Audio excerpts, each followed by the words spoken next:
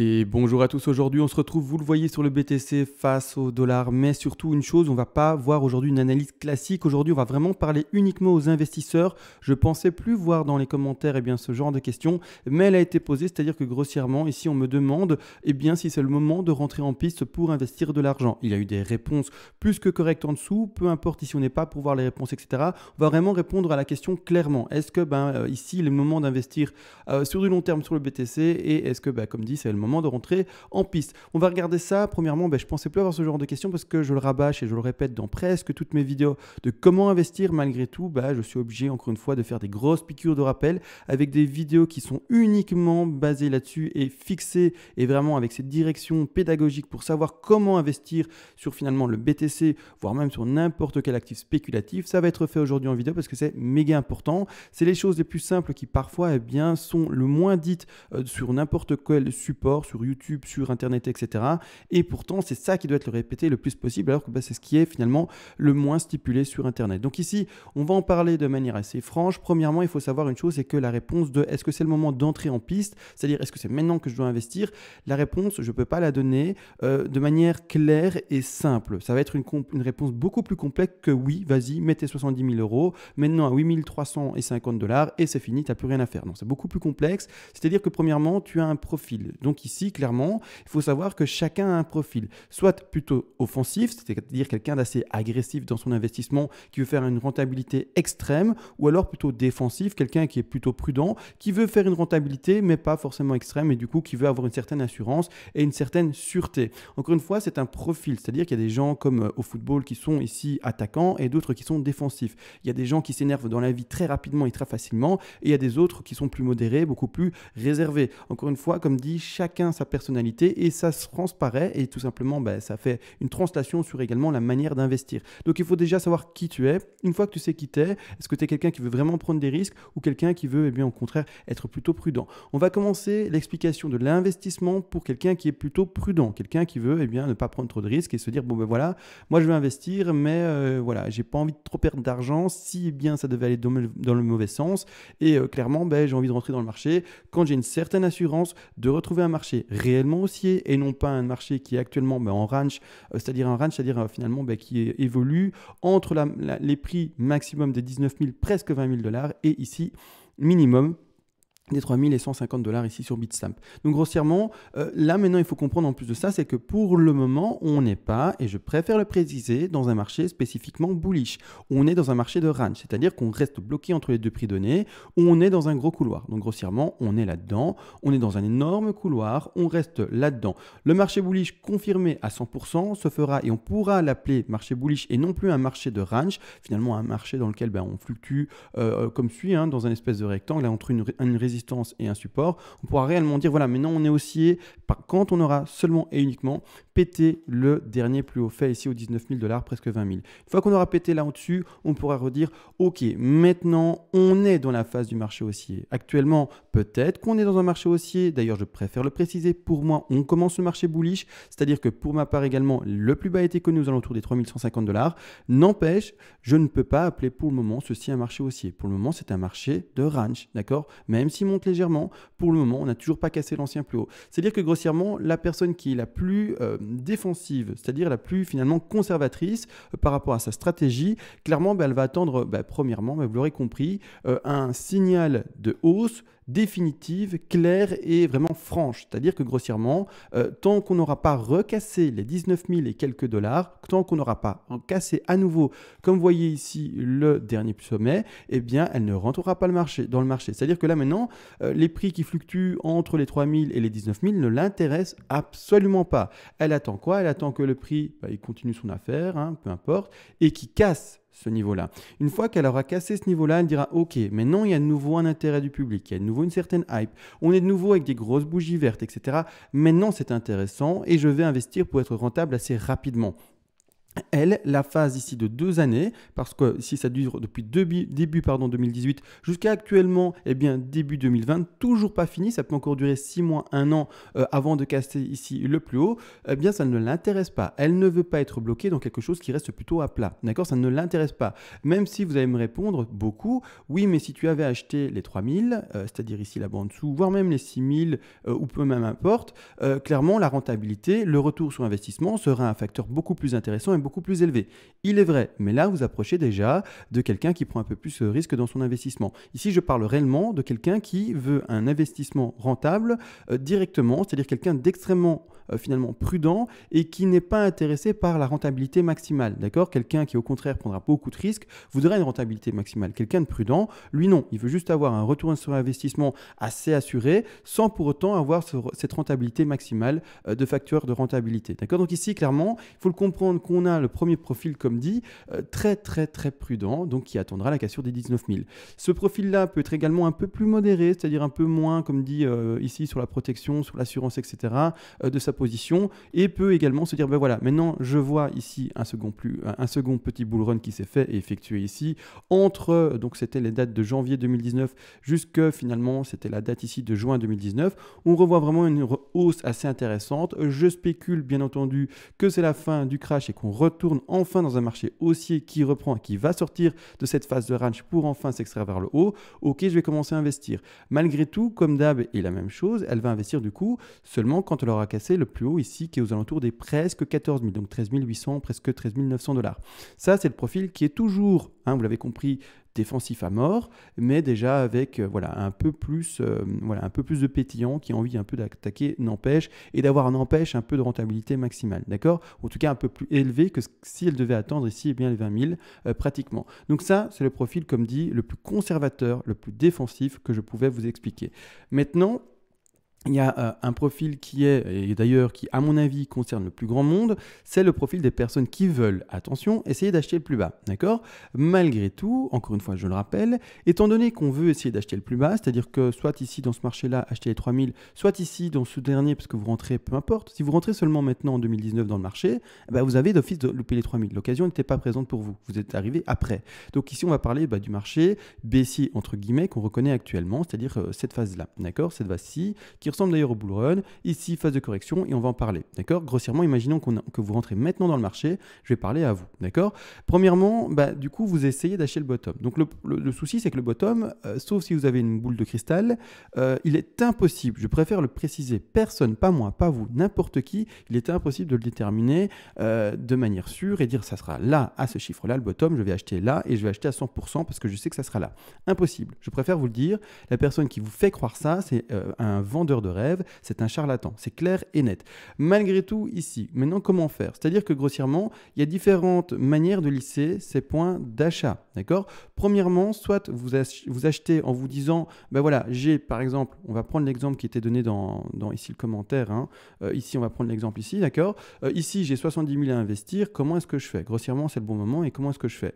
Grossièrement, soit tu fais un investissement par temps, c'est-à-dire par palier de temps, et c'est-à-dire que par exemple 70 000, donc ouais, ça fait quand même un sacré chiffre, mais du coup tu vas investir, pour donner un exemple, tu fais selon ce que tu veux et selon tes moyens et selon le temps que tu as devant toi, bien entendu, mais tu investis par exemple tous les mois 5 000 €, d'accord? Tous les mois, tu dis, comme je ne sais pas jusqu'où ça va descendre, la façon d'investir mon argent, je vais le faire par exemple tous les mois, et ça va de ce fait-là, être comme une moyenne mobile, donc je vais mettre une moyenne mobile, ici, je vais prendre ici, et je vais mettre la moyenne mobile, peu importe, je vais la mettre en moyenne mobile 200, peu importe en fait, la moyenne mobile 200 parce qu'elle est très importante en ce moment, donc je fais exprès de l'indiquer également. Donc voilà, imaginons, là je suis en weekly, je vais plutôt passer en daily, comme ça c'est quand même plus parlant. Voilà, imaginons que l'objectif ici c'est clairement ça, c'est de se dire voilà, moi j'achète tous les mois avec 5 000 € par exemple, et donc en fait ça va faire un peu comme cette moyenne mobile. Tu vois ici la ligne,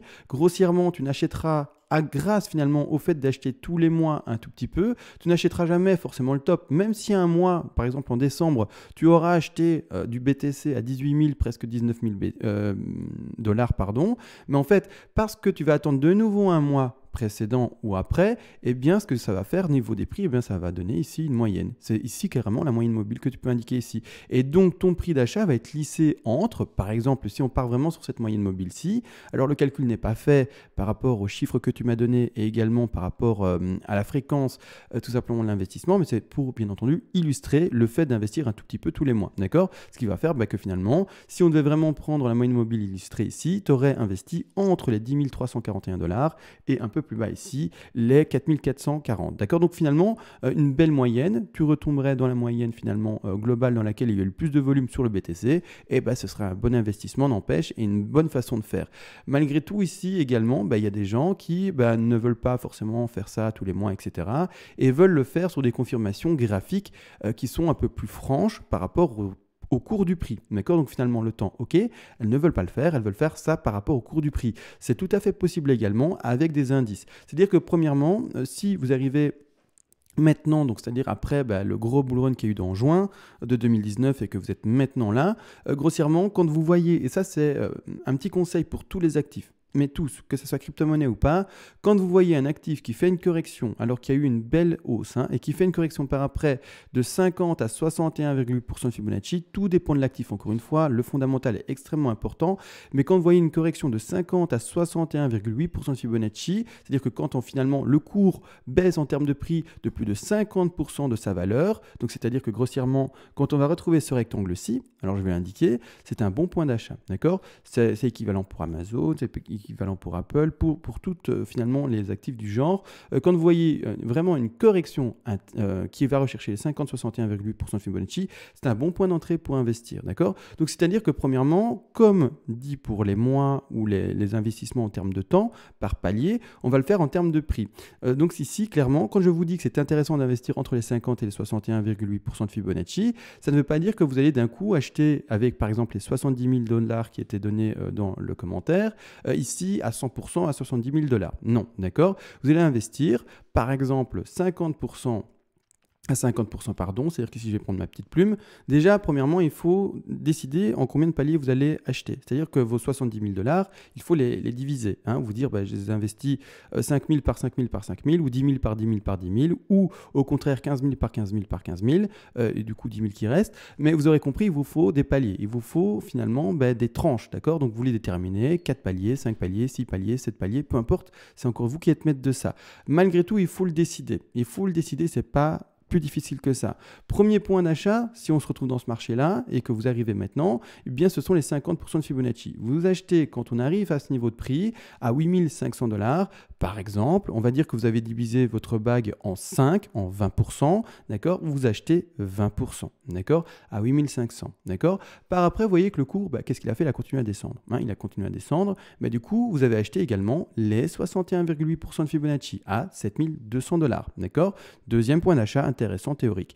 Maintenant, si jamais le cours, au contraire de monter, regardez là, il est monté, etc., mais au contraire de monter, il était forcément descendu. Imaginons qu'on n'a pas le futur ici, mais qu'au contraire, il était descendu. Vous auriez acheté le dernier niveau intéressant des 76,4, d'accord? Donc ici, et la même chose, si ça continue à descendre, vous continuez à prendre les paliers en dessous, 85,4, 90, etc., d'accord? Donc bien entendu, vous avez une limite. Si vous avez mis que 5 paliers, vous allez lisser à la baisse, etc.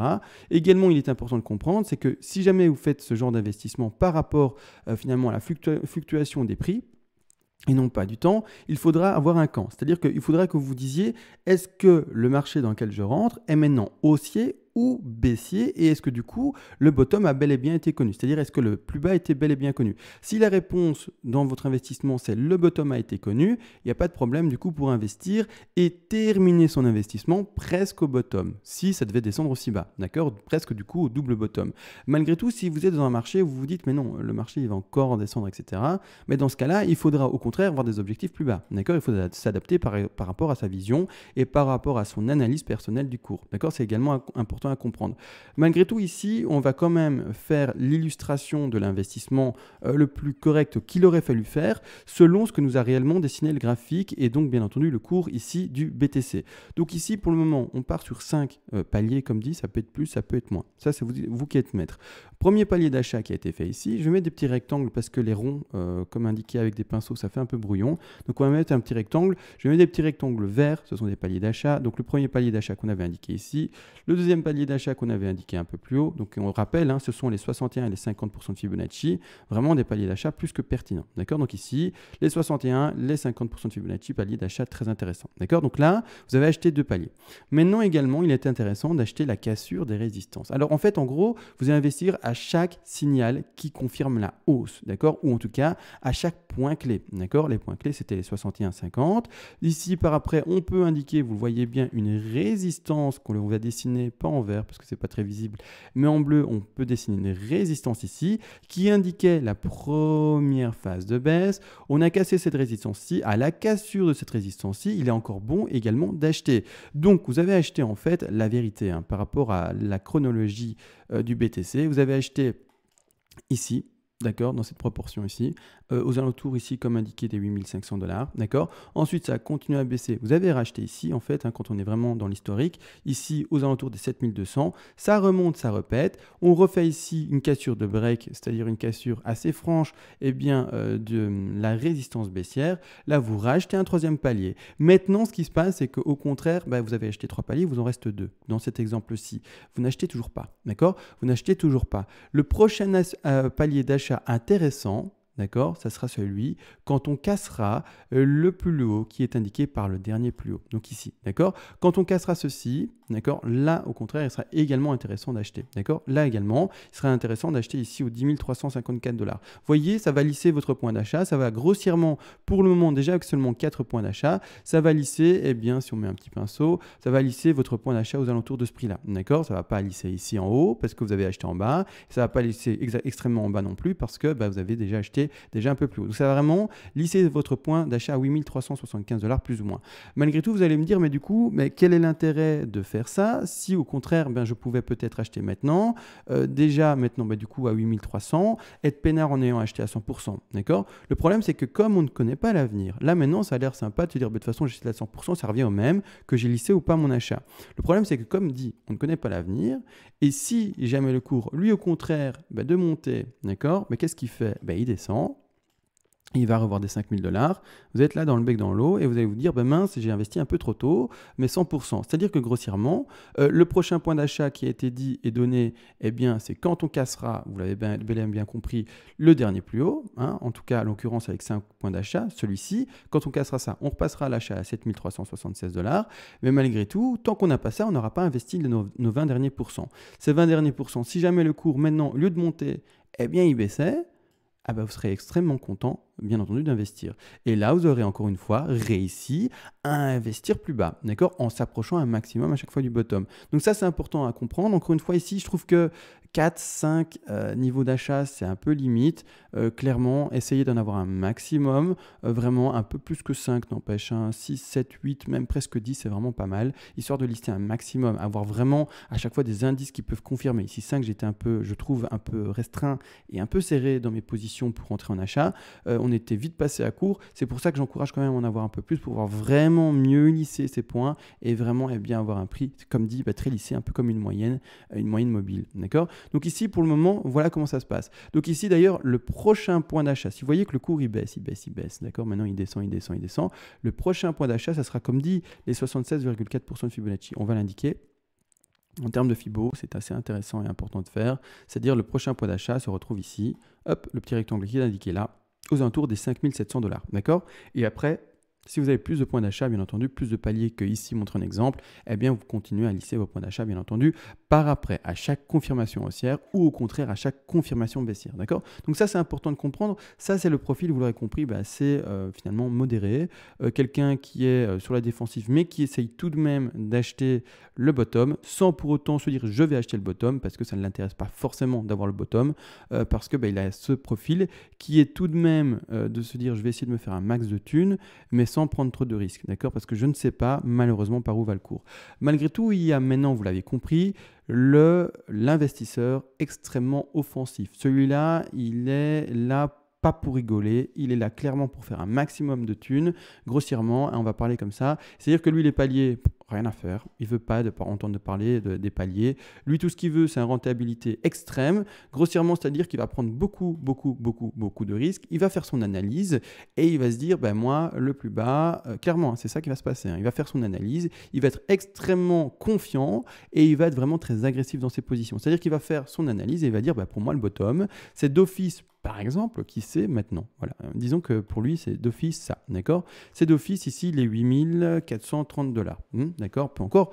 Et encore, voilà. Maintenant, il est agressif à fond et il dit c'est ça le bottom. J'ai fait mon analyse, c'est ça. J'achète à 100%. Donc les 70 000 € donnés en exemple dans le commentaire, boum, tu achètes d'office 100% maintenant, tu dis ben voilà, le bottom est fait. Le truc, c'est que du coup, ce profil-là, il faut le comprendre également, c'est pas un profil qui va, si jamais le cours fait ceci, qui va pleurer sur lui-même. Il aura calculé ça. Il sait qu'il y a un risque énorme. C'est quelqu'un qui, quand il est offensif, il sait que soit il est gagnant à 100%, soit eh bien c'est parti, c'est bénéfice et let's go et rentabilité, facteur énorme de rentabilité. ROI, bonjour, je suis énorme. Maintenant, clairement, ben, ça c'est vraiment ce qui joue, vraiment une rentabilité énorme. Malgré tout, si le cours ne va pas dans le bon sens, comme dit, et ça c'est vraiment strict à ce profil-là, hein, c'est vraiment uniquement lui qui peut le faire. Hein. Si vous êtes vraiment quelqu'un qui n'êtes pas agressif dans votre façon de faire et dans votre manière d'investir de manière, ici sur le cours, clairement, mais il faut comprendre que c'est pas fait pour vous. Parce que lui, en fait, si le cours, comme dit, il baisse, il va pas pleurer. Il va pas dire, eh mince, j'ai loupé une occasion, et mince, machin, je me fais avoir. Non, lui, il a prévu le coup, et il se dit, je prends un risque énorme. Si jamais ça va dans le mauvais sens, je me fais avoir et je me fais complètement écraser par le cours. Il le sait, mais il ne pleurait pas, il ne va pas pleurer sur son sort. Parce qu'à mon avis, l'investissement qu'il aura fait, encore une fois, comme d'habitude, sera un investissement, j'ose espérer, pour tout le monde, qui sera calculé par rapport, bien entendu, à son exposition. Et donc oui, il prend beaucoup de risques, mais c'est parce qu'il veut jouer vraiment le jackpot.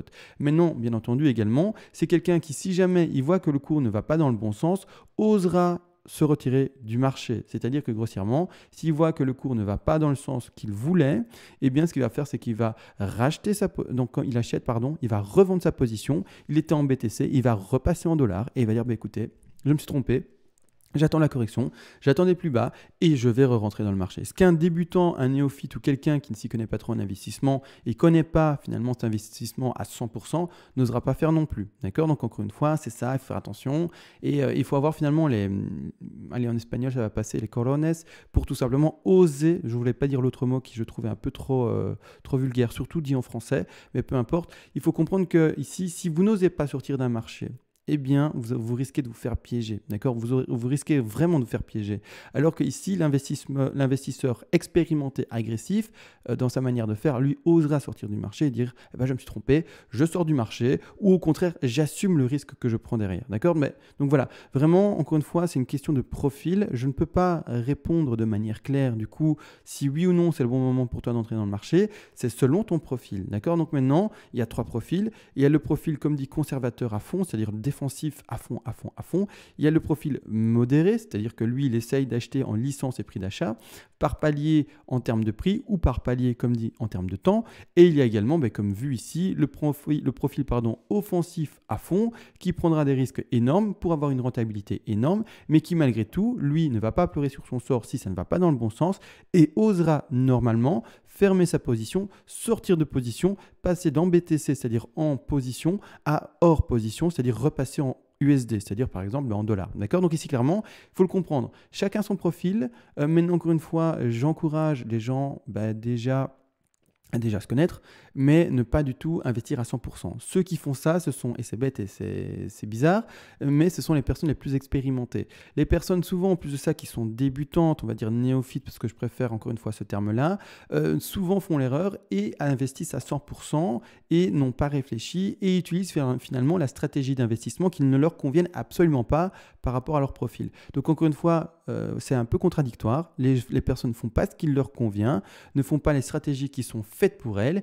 et font ce qui est le plus risqué alors qu'elles elles sont les plus néophytes au monde. Donc encore une fois, faites attention à ça.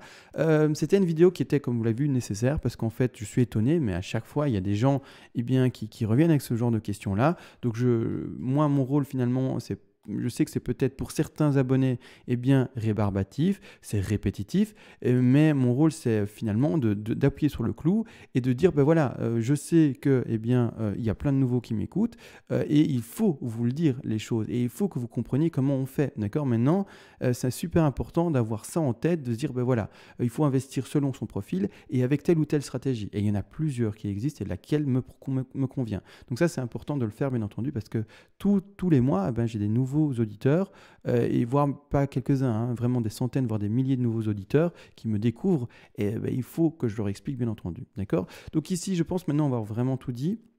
Donc voilà, j'espère que la réponse a bel et bien été donnée, assez également compréhensible par rapport à la question qui a été posée. Voilà, j'espère que j'étais complet comme dit. Sur ce, on se laisse. D'ailleurs, j'ai profité, vous avez remarqué, de faire ce genre de vidéo un peu plus globale. Vous le savez, je suis au ski, bien entendu. Sur ce, on se laisse réellement et ciao.